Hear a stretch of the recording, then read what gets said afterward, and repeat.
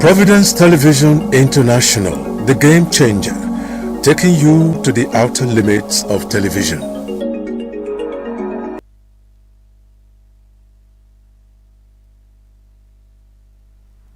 Welcome to the program Issues in the News on Providence Television International. I am Ugbebo Ikekwa.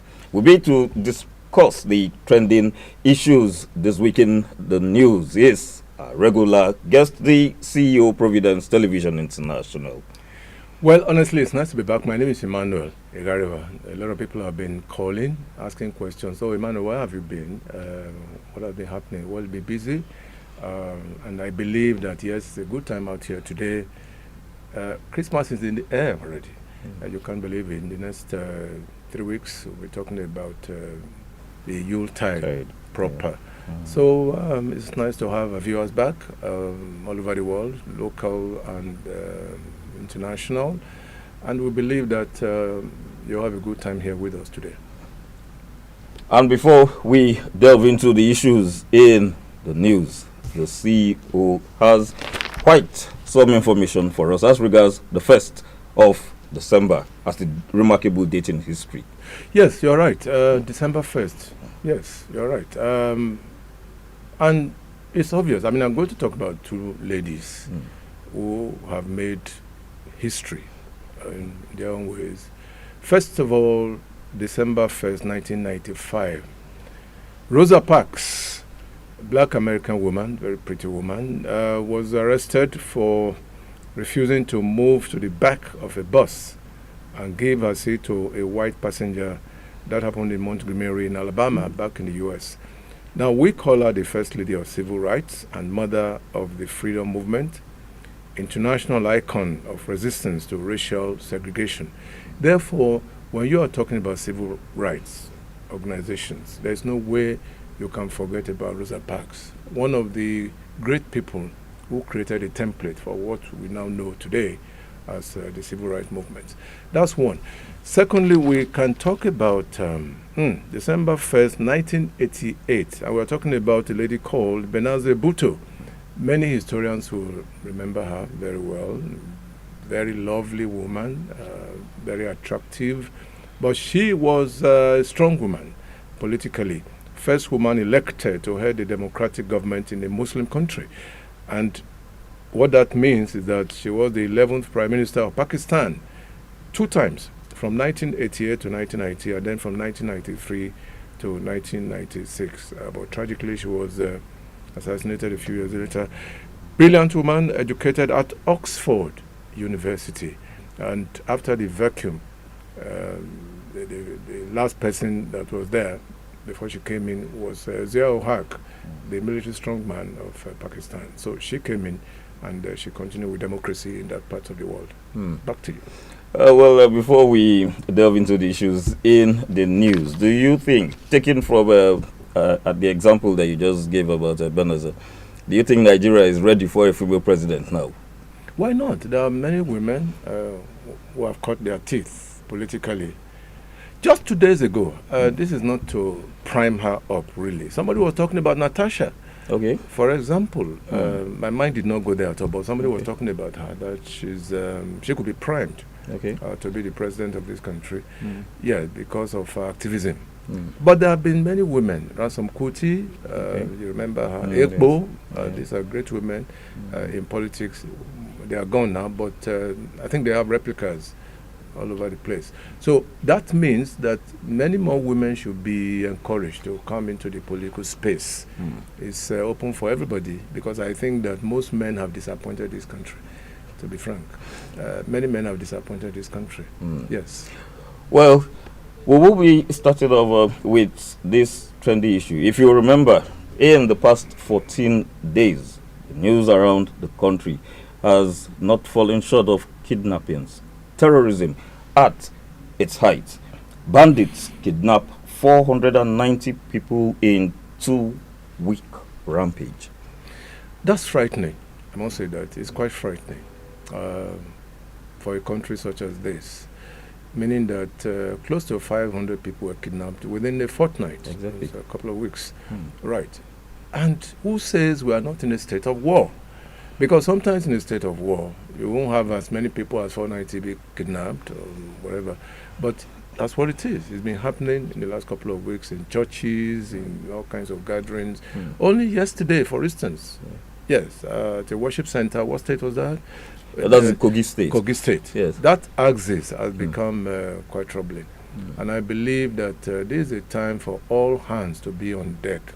Whether you are a politician, whether you are a technocrat, as long as you are a well-meaning Nigerian, all hands should be on deck to fight this common scourge. And by the way, many more people are saying that, look, we should extend our hands to countries like the United States to come and help us. I mean, there's no point people are being kidnapped on a daily basis, and then you are sitting back pretty, hoping that things will happen divinely. But I'm sure that security is much more important than just waiting and waiting for some kind of intervention. But I think that, yes, we can have intervention from some forces around the world who have been used to this, really, right? So, but that's where we are. We are at the crossroads. There's no doubt about it. And I believe that the president should be on top of the situation as the commander-in-chief. There are so many questions, very few answers. I mean, look at the general that was killed the other day, General Mba. Exactly. Yeah, nobody is asking questions. Nobody is even, although we carried this on our news a couple of days ago, that those, already I think it was the school. Yes, the school issued. Where some military personnel who were detailed to be there. They moved away. Yeah, they have been invited now to the defense headquarters. Yes. But that same thing, that same scenario should go for the Mba situation. I mean, there are people who should be responsible for that. I mean, they have a whole general slaughtered in cold blood. There are some who are saying that there are moles within the system, and they should be fished out. So that we don't have a recurrence of this kind of episode. All right. Some schools of thought have been able to come out to say that the recent attacks have been targeted at Christians. Some other individuals are coming out to say that no, it is a general thing. What is your opinion on this? Well, by way of statistics, many more Christians have been killed.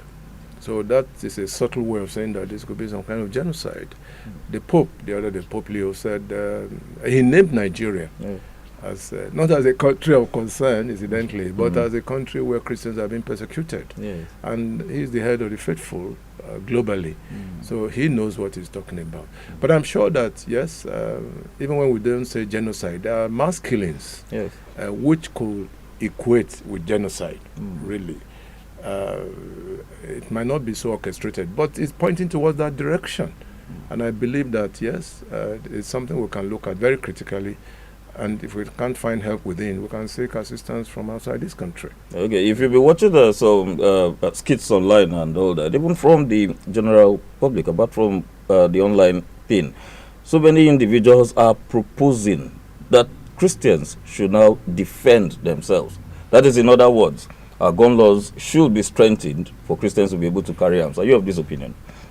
Well, I thought we discussed this before, maybe about a couple of weeks ago. I may not be totally in support of that. I mean, for instance, you carry an AK-47 into a church. I mean, people will be scared, okay? We'll talk about pastors and priests carrying AK-47 across their shoulders. What does that tell you? It tells you that we're in a state of siege. Yes, it will demoralize a lot of people. Many people will lose faith automatically. Because, you see, at the end of the day, it is the government that should protect. Yes. Not people protecting themselves and so. Government should first of all protect the people. It is when they now lose it all completely, and I don't think they have. It is when they lose it completely that we can talk about self-defense, okay? But gun laws can be abused. Even in the U.S., where there are gun laws, these things are abused. You have a young man who probably takes 1 or 2 substances. He goes into a supermarket and he starts to shoot everybody, okay? So it's a double-edged sword, and we must be very careful how we tackle it. And you still of your opinion that we shouldn't invite foreign bodies as regards our sovereignty that might affect our sovereignty? No. I've always been in support of that. You remember we did. Oh, by the way, I should thank our viewers for this. It was a good mileage. We had an editorial some time ago, which has to do with extremism, religious extremism, the fruits of religious extremism. Yes, that the figures climbed up, the figures of viewers. They appreciated what we talked about. You see, the thing about extremism it is tied to religion. Mm-hmm. Yes. And to answer your question directly, yes, why not? Why can't we seek for intervention? Okay. This has nothing to do with sovereignty. Okay. No, it has nothing to do with it. It has Okay. to do with the lives of the people. It has to do with their freedoms and liberties. Mm. For instance, it has to do with general security of our space. Mm. Somebody said, I don't know if it's a joke, but if it's a joke, it was carried too far, that we now have two administrations in this country. One in the south by President Tinubu, and one in the north by the bandits. Yeah. Yes. That's one joke carried too far, but I don't think it has come to that level. There are pockets of people who are causing this mayhem. Yes. Ragtag, maybe, but there must be a collaboration between our military high command and the forces that we're talking about from outside. I do know that usually when America does this kind of thing, they come in unannounced. Mm. Yes, they come in unannounced, and there are fragments of stories that we're hearing now that they're already within the Lake Chad area. Yes. Up Yeah. north, trying to get the base of ISWAP. Mm-hmm. Okay, so that's important. Mm. It's very important, and I think that President Tinubu will do well as the commander-in-chief to also ask for help. All right. Just about 2 weeks ago, an Anglican priest was killed after a month in captivity, and the wife and child are still there. And so, going with your point that yes, it will be absurd for priests, Catholic or Anglican, to carry arms into the church. The government is not doing anything about it. So, where does succor come from? Well, we're only just saying that for now, those regulations should not be in place. But ultimately, if everything fails, then but there may be some kind of mayhem. If everything else fails, you can't control people anymore. In fact, there will be collateral damage, for instance, and we don't pray for that. But you're only talking about priests. What of other pastors? Exactly. Yes, people have gone into their churches. These bandits have gone into even their the churches. faithful. The faithful are not spared. Mm. Yes, it's a sore point in our national life. It has never been this bad, really. Mm. That's why I think that there must be a state of emergency. Not the kind of state of emergency we had in Rivers the other day. No, there was nothing there. This is the real state of emergency that we are talking about. And experts have said, look, if the president means well, he should declare a state of emergency all over the country on security. Exactly. It has come to a head, and I believe that yes, people should have no reason to have their eyes open while they are supposed to be asleep. And still on the level of insecurity in Nigeria, state assemblies move to debate state police. This has been on the burner for so long. It's a constitutional matter, by the way. But we have existential threats to this nation. Yes, coming from bandits and all of that. Yes, it's a good idea because it's part of democratic governance. Each state should have its own police. It happens in England, it happens in the United States and other major democracies around the world. Why should it not happen here? In any case, if we fashion a democracy after the US pattern, why should we not go the whole hog? Okay? State police. But my fear, and the fear of very many well-meaning people, is that these things can also be abused. I mean, for instance, if you have a governor who is in Party A and is in control of state police, he can use it to intimidate people in Party B. Yeah. Okay? Yeah. But it must evolve. The system must evolve. I mean, we can't continue to say that because it can be abused, it should not be done. The right thing should be done, and it should be done properly.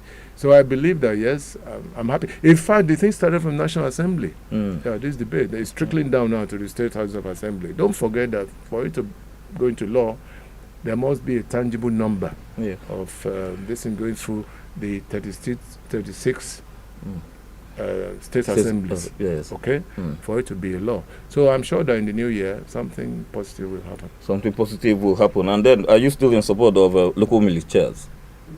Local militias? Yes, militias. Yes, vigilante, they are local militias. But they should not go by another name. Okay. Yes. You know what I'm talking exactly, about. Yes, exactly. They should not go by other names so that they can keep themselves within limits. Okay. Yeah, if you are vigilante, I mean, I'm talking, for instance, in the Southwest, it's a local militia. Yes. Yes, but they are not armed. Remember, they are not armed. But they are saying, people from that part of the country are saying that, yes, they can mutate into state police. Okay. Yes, they have been trained. Even in Edo State, I remember when Governor Baseki was here, he used to train people at the police barracks in Ugida. That's true. Yes, how to handle firearms and things like that. Yeah, if we have such things in place, I think we will have some level of security around. Because if you go outside, you want to go and attack somebody, be sure that your life also will be at risk.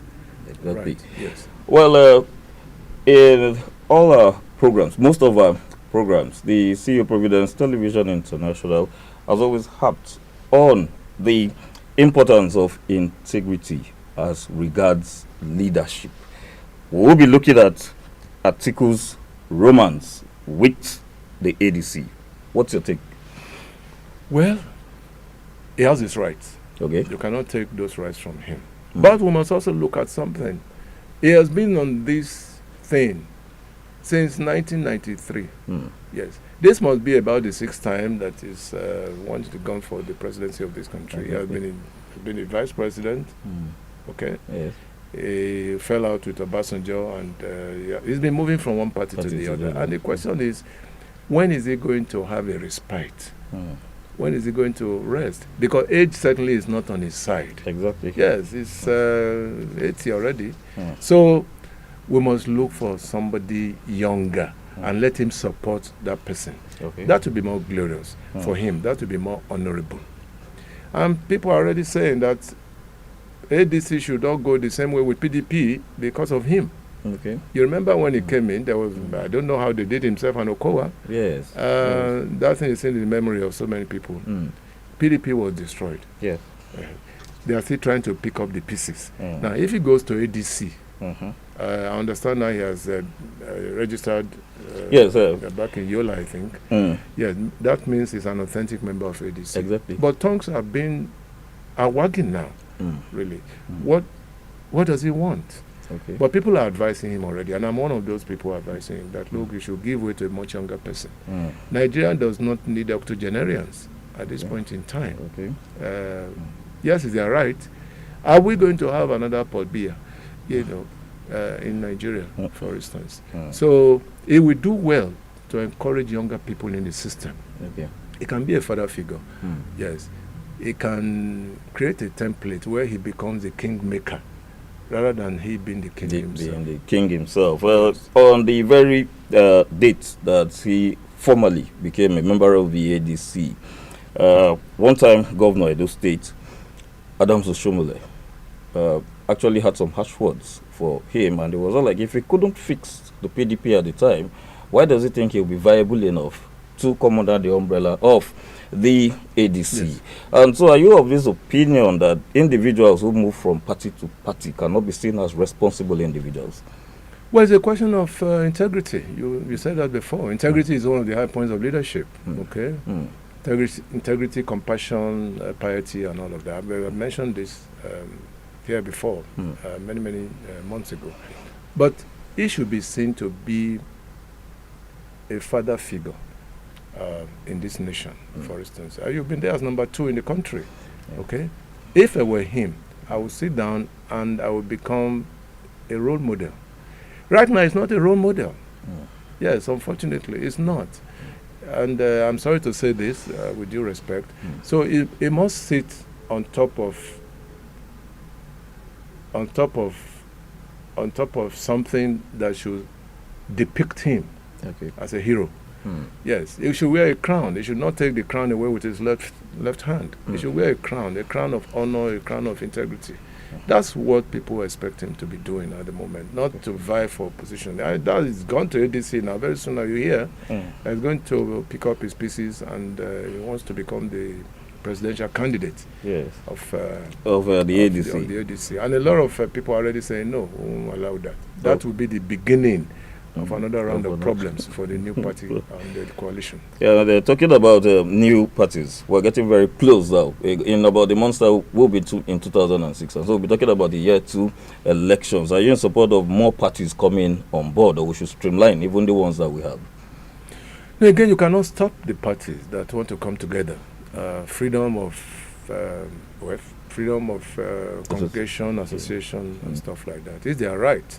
Okay. But I'm worried personally by the fact that there are too many spoons spoil the broth. We shouldn't have more than 5 political parties. Patterned after the Second Republic, when you had the MPN, UPN, MPP, and all that stuff. 5. That's okay. Right. But when you now begin to have 50 parties, and things like that, first of all, we must talk of cost effectiveness. The ballot paper will be so long, it will even confuse the electorate, which is the party and all that stuff. It's cumbersome. So, and in any case, most of the parties are just there to rake out money from prospective candidates. We saw that. I mean, it has happened in this country. Yes. Whereas, ideally, when you have a new party, all of them should be stakeholders. All. Whether you are the millionaire or the man with just strongly, all of you are stakeholders in the party. Okay? But in a situation where you have so many, 1 or 2 people will hijack such parties and begin to have all kinds of problems. I should advocate for a 5-party structure. Okay. Yes. Already we have 2 strong ones for now, or 3 probably. APC, PDP. I don't know what becomes of PDP eventually, but we also have ADC around the corner. Exactly. Okay. So we need just about 2 more, and we're in the mix. Okay. A government in power needs a very strong opposition. Very strong. Maybe we'll reserve that for another day. A strong opposition, because without opposition, you create room for all kinds of tendencies. Okay. So, but that's where we are at the moment. I believe that, yes, 5 parties will just be okay. 5 parties will be okay. And so from the past elections, because we're still on party issues, just before we round up, the elections that were held in Anambra, do you think that the new man at the helm of affairs with INEC, that we're going to see a change, because he's been really blowing hot, that no more rigging, no more issues of falsification of results? Are you seeing a kind of positivity coming from the 2027 elections? I should think so. I mean, we featured the man some time ago, Professor Mukwiton. Yes, exactly. Yes, and that was his. That was the acid test for him, the Anambra issue. But I'm happy that at the end of the day, we have not had too many negative issues coming from that election. The incumbent won, obviously, Professor Soludo. Yes, and I think he won convincingly. Yeah. Okay, that is what I have been talking about, not just as an analyst, but as somebody who is very observant, when it comes to political issues such as this. I've always said that, look, a time should come when the gladiators should be able to congratulate themselves warmly and openly at the end of every electoral process. I have not seen that. President Mukwiton, by the way, he has given himself a Herculean task by saying that in his time there will be no rigging. Exactly. There will be no vote buying. Right. He has said that himself, and it's going to be his words against his action. Exactly. Yes. Yeah. But let me tell you what people have been saying in the last couple of weeks. They're saying that, look, the man put his foot down. Otherwise, it could just have gone the other way, that the ruling party should just pick it like that. No, that shouldn't be. That's not good for democracy. Once an incumbent is good, it's good. And we can talk about 1 or 2 or 3 governors who have been working so hard in this country. If they are good, they are good. So, it is not a question of one governor campaigning for the president. No, I mean, that's not it. That's not democracy. Yes, your work should speak for you, right? Your work should speak for you. That's the way it goes, right? Talking about campaigns, at least for quite some time, I think the present issues on ground as regards terrorism has dropped all the talk about campaigns for 2027. I'm not too sure if people are even campaigning now, by the way, even when the lead is taking off. Exactly. Because we have to talk. Don't forget that President Jonathan postponed an election, I think for about 6 weeks or something, because of banditry and religious extremism up in the north. And the whole country supported him. And then we came back to the drawing board. Let it not be that because of banditry, election will be postponed. I'm not looking forward to that. Yes, I'm not looking forward to that at all. I want to believe that the issue of banditry is not beyond us to solve. It's the political will. Yes. And one thing that baffles me, and I think I must talk about it briefly, when government says it has rescued victims, what happens to the abductors? That's what the passenger was telling the federal government, which is on our news a few days ago. That look, you must not dissipate your energy by negotiating with the bandits. Exactly. That's unheard of. Okay? You rescue our children from the claws and from the talons of these bandits, and then suddenly nothing is heard about the bandits. Why don't you prosecute them? In other words, people are saying that ransom has been paid. For how long will government continue to do that? Exactly. Yes, because once you do that, you make the bandits feel emboldened to do more, because it has become big business, by the way. Quite true. Yes. Quite true. I think if we also remember, the American government has a very, very serious policy of not negotiating with bandits. You can't negotiate. How can you negotiate with people who are killing your people? Exactly. It doesn't make sense. It doesn't make sense at all. Oh, well, just before we go, it has been quite an interesting session today, but just before we go, the CEO has a parting shot. Passing short, Christmas. Christmas is here with us. I don't know if it's in the air, but it must happen. Whether people are eating or not, Christmas must be in the air. Maybe about a couple of weeks to December 25th. I want to advise parents, do the little you can. Don't go overboard because you want to please your children to eat and lots of things. The little you can prepare for the family, please do. Exactly, yes. You don't have to go and borrow to be able to feast. This is not the time for feasting. It's a time for sober reflection. Yes. If you don't have money to buy new clothes, wear the old ones. Okay?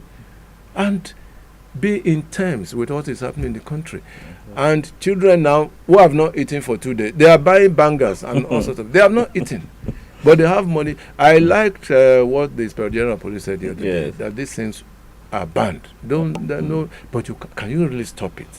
I think it all has to do with enforcement. Yes. Yeah, you can. But what makes it Christmas if it's not bangers? Because you must know, something must tell you that Christmas is in the air. But my advice to these young people, the children, is that, look, you must go quietly and do it within your premises. Don't go outside. Some of them will even go to church environments and be throwing bangers and all sorts of things. It doesn't make sense. I mean, it's bad upbringing, for instance. And I think that the police should be on top of their game. They should go around and seek out some of these children who are doing these stupid things. Exactly. I'm really in support of the issue of these knockouts, bangers as they call them, being banned. They keep on developing on these explosives every day. You cannot differentiate between whether this is a banger or a gunshot. You cannot. No, you cannot. And there is what they call a bomb now that actually is supposed to be among the class of these bangers, but by the time you hear that explosion, you are wondering, have these people come? People will not be running head-scatter. No, no, quite frankly, it's not good for us. Exactly, exactly. Especially we can at this celebrate time. Christmas quietly, and the good Lord we are celebrating was easygoing. He was not a loud person. Our Lord Jesus, he was not loud. It was not an author of confusion. Yes. He was a man of peace. What are we celebrating? Christmas, the celebration of the birthday of the Prince of Peace. Goodwill to all men. Exactly. Yes. That's what it is. Well, for me, I would really like to go on and on, but I always have this little altercation with the manager of the MCR because I keep on eating into the time of another program. But then I look forward to being with you same time next week. Thanks for watching. Remember to tell your friends and family about Providence Television International, the game changer.